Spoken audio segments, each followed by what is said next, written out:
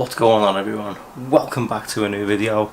My name is of course Paul, and I haven't recorded anything today. It's 25 to 7. It's one of those type of videos again where I haven't done nothing. I'm currently recording a video for Rankin's gaming, but it's not a gaming video.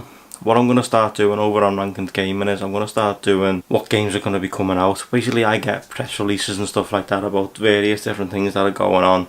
So I'm hoping, fingers crossed, it should be live right now. If it is, I'll leave it linked in the description down below. Head over to Rankin's Gaming, drop a like on the video for me, subscribe to that channel, and there should be some good gaming content and hopefully some giveaways for the games coming over on that channel. So be sure to head over and check that out. But without further ado, let's jump into today's video. So everyone, basically tonight what I want to talk about is another accident that happened, but it was back in 2006 when I had the Fiesta. It's a bit of a weird story, but I hope you enjoy it anyway. Let's paint the picture. I'm with my ex-girlfriend. We're driving through town. Now bear in mind I'm due to fly to Florida the next day. So we're driving through town. Basically I'm heading down to Speak in Liverpool, and I'm heading to Pizza Hut and also Borders, that used to be a bookstore on the retail park. So we're heading down there. It's dark, it's like 7 o'clock at night, so it's pretty dark. So we're driving through and we come up past towards Chinatown.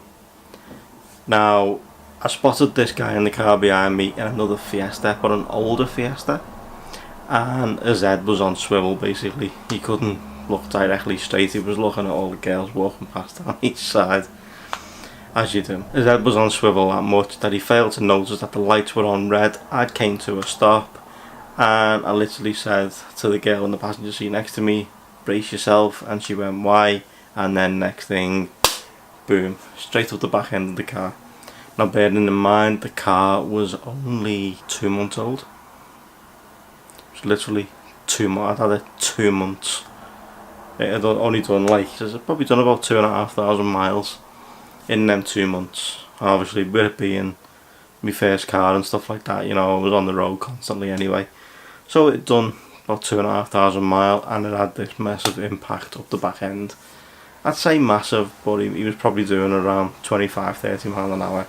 So good enough to cause some serious damage anyway. I get out the car, he gets out the car, and literally he looked at me, his head went in his hands and he didn't know what to do. So I said to him, well, let's exchange details, and he was like, oh, it's my first car, I don't know what to do. And I was like, well, this is mine. I said, you know, it's going to be a bit of a weird situation we're going to get into right now. So what he done was he gave me his phone number and his name, and we basically went on our separate ways. Now during the course of the night we exchanged numerous messages, and then I was heading back to drop her off at home, and I was looking at the damage to the car, and it turns out I couldn't open the boot to the car. The boot would not open. I was pushing the key, pushing the button on the dashboard, I was lifting the handle underneath. Nothing was opening it, it was literally jammed shut. What had happened was the bumper had come up and jammed up against the boot. Even pushing the bumper down, trying to open it, it must have just happened to do something to the mechanism. So I was like, the back of the car is pretty much going to be a bit of a mess underneath. So I gave him a call, he answered the phone, told him the situation, and he was like, I'll pay for the damage. And I was like, it's probably going to cost a lot. I said, it's a brand new car, it's a 56 plate, it's not long, you know, they've only had it 2 months. It's going to be quite expensive to repair, I think. So a few texts back and forth, and then I get a phone call from the lad's mum. The lad's mum decided to come on the phone, and she had a blazing row with me saying that it wasn't her son's fault, he's only 17. I was like, what's that got to do with that? And at the end of the day he wasn't looking where he was going and went into the back end of me. What's that got to do with that? Well, listen, I said, I don't need the stress, I'm going away tomorrow, this is the last thing I needed before going away. And she was like, he's offered to pay for the damage, rah rah rah. He had a good go with me over the phone, and I went, well, tell you what, if you want me to, I'll just head straight to the police station and they can sort it out, it's up to you. what do you want to do? And she was like, oh, we'll just do whatever you want, go to the police station, go and do whatever you like. So I went, okay, fair enough. I got his reg, I got his name, I got his phone number. What more do I need?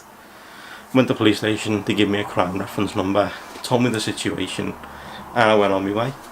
The following day, I was in the airport, heading to Orlando, and I had to phone the insurance company. But, however, the car was at home, I was on my way to the airport. We'd actually left the car keys in the house, so that my uncle could give the car over to whatever recovery firm came out to the car, basically. I was on the phone, and literally it was like I was on the phone for like that long. I was literally boarding the aircraft before I was able to finish the phone call. I sat down in the seat and they said, we'll send someone out to recover the car. This is all done, and I said thank God for that, because I'm just about to take off. And everything was all done and dusted. Anyway, I arrived home and the car was fixed at no cost to me. I had to pay me excess on my insurance, but I managed to claim that back. All was well and good with the world, the car looked okay. But during the course of what I never said to you just then, was the argument with his mum on the phone.